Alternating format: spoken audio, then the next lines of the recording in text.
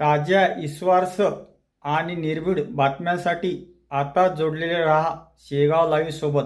धन्यवाद।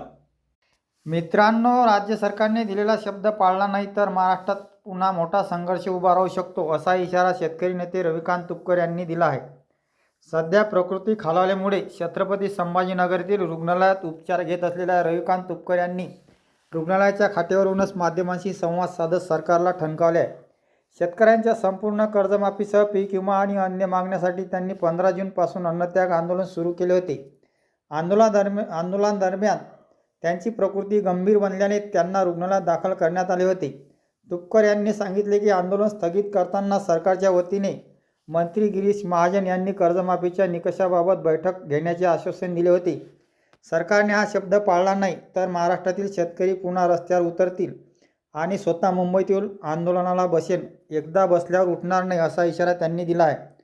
दरम्यान सरकारने शेतकऱ्यांच्या भावना लक्षात घेऊन तातडीने सकारात्मक निर्णय घ्यावा, अशी अपेक्षा त्यांनी व्यक्त केली। अशाच महत्त्वाच्या आणि विश्वासार्ह बातम्यांसाठी शेगाव लाईव्ह सबस्क्राईब करा, व्हिडिओला लाईक करा आणि शेअर करा।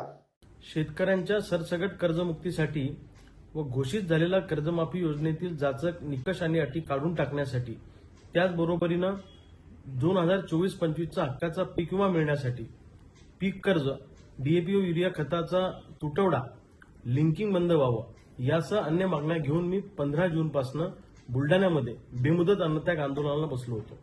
5 दिवस महाराष्ट्रातला शेतकरी मोठ्या संख्येने रस्त्यावर उतरला होता आणि तब्बल 5 दिवसानंतर महाराष्ट्राच्या मुख्यमंत्र्यांच्या वतीनं जलसंपदा मंत्री गिरीश भाऊ महाजन उपोषणस्थळी आले आणि त्यांनी आम्हाला आश्वस्त केलं की सुट्ट्या संपल्यानंतरचे 5-6 दिवस जे पुढचे असतील त्या दिवसांमध्ये आम्ही मुख्यमंत्र्यांबरोबर तुमची विस्तृत अशी चर्चा घडवून आणतो, तुम्ही तुमची भूमिका मांडा शेतकऱ्यांच्या वतीनं आणि सकारात्मक बदल त्या कर्जमाफी योजनेमध्ये आपण करू, हा शब्द त्यांनी दिला।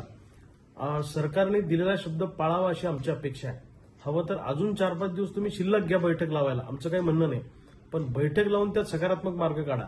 आणि सरकारनं जर का बैठक लावायला दगाफटका केला किंवा कर्जमाफी योजनेतल्या बदलासंदर्भात निर्णय घेतले नाही तर मग मात्र महाराष्ट्रातला शेतकरी तुम्हाला 5-6 दिवसानंतर रस्त्यावर दिसेल, हे मात्र मला सरकारला ठणकावून सांगायचं आहे। आणि मी स्वतः मुंबईत येऊन आंदोलनाला बसीन आणि एकदा बसलो तर उठणार नाही।